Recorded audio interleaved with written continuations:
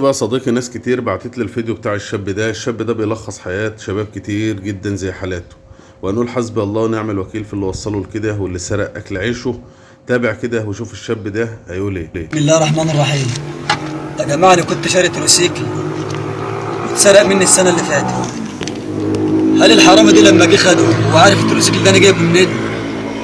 والله التروسيكل دي أنا شايل بيه زلط ورمل وأسمنت على ظهري، كلت طين على ما جبته.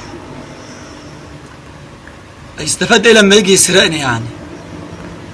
والبتاع الموتوسيكل برضه السنة دي يوم وقفت الوقفة دهيت في عيد الأضحى، جه برضه خد الموتوسيكل وخلى العيد علينا، ربنا العالم بيه.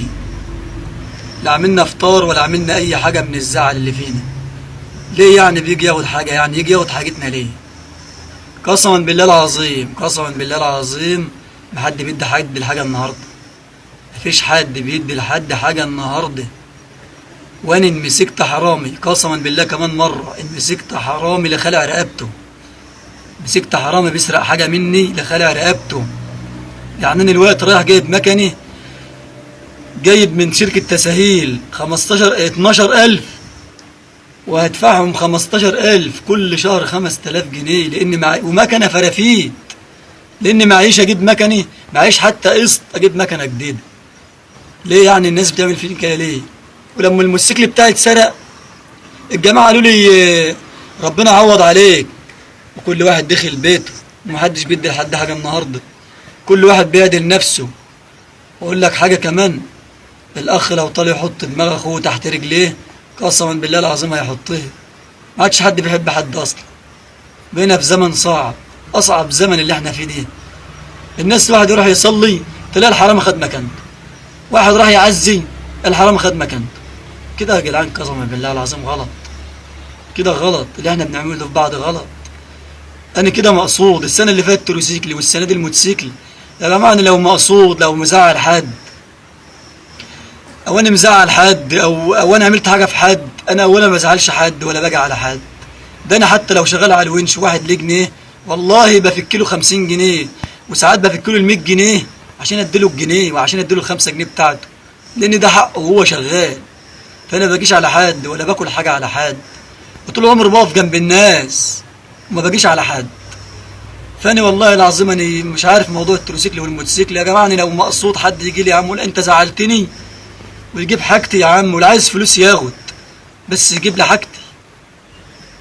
المصاريف والدنيا صعبه والعمل صعب، ما عندناش بقى لا ارض، الارض مع ابويا، ولا عندنا بقى ارض ولا اي حاجه. احنا حالتنا الونش اللي انا شغال بيه وخلاص.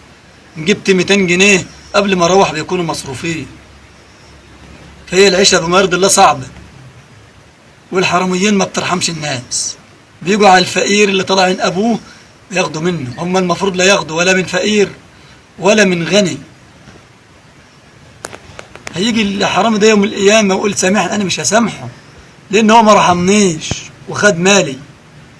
إن قال مش هسامحه والله ماني مسامحه، لأن خد مالي. ومن شروط التوبة إن أنت ترد المظالم إلى أهلها. أنا مش مخلي عن جهد قسما بالله ما عدت قادر أمشي. 35 سنة أنا ما عدتش قادر أمشي، لان ما حدش بيقول لك خد. اللي بيقول لك خد بيقول لك خد في اسنانك. والله ما حد بيديك حاجه. كانك يوم القيامه كل واحد بيقول الله نفسي نفسي.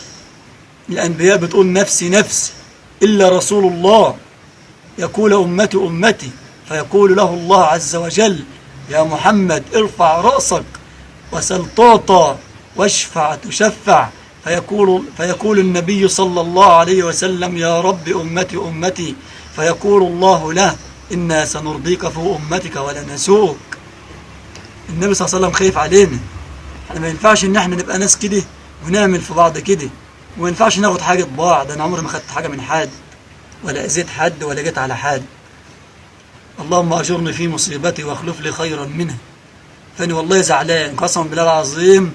أنا من اللي أنا بشوفه أنا بتمنى الموت عن الحياة. أنا النهاردة يوم الجمعة أهو، قسما بالله بتمنى الموت عن الحياة، بس أدعى ربنا بس إنه يموتنا على خير ويحسن خاتمتنا. من الواحد بيشوف يعني مش عارف لا أروح ولا أجي ولا عارف أمشي، حاسس إن أنا قاعد في إسرائيل مش في مصر، بلد الأمن والأمان. وربنا يسترها ويعديها على خير. وانا حرام اللي بتعمل فيا، قسما بالله حرام. وارجع اقول تاني حسبي الله ونعم الوكيل في اي حد خد مني حاجه غصب عني. هيجي يوم القيامه اقول سامحني، اقول له انا مش مسامحك لان انت دمرتني، انا مش مسامحك. حسبي الله ونعم الوكيل كمان مره في اي حد ظلمني وسأل لي ولو بكلمه. اي حد جه عليا حسبي الله ونعم الوكيل كمان مره.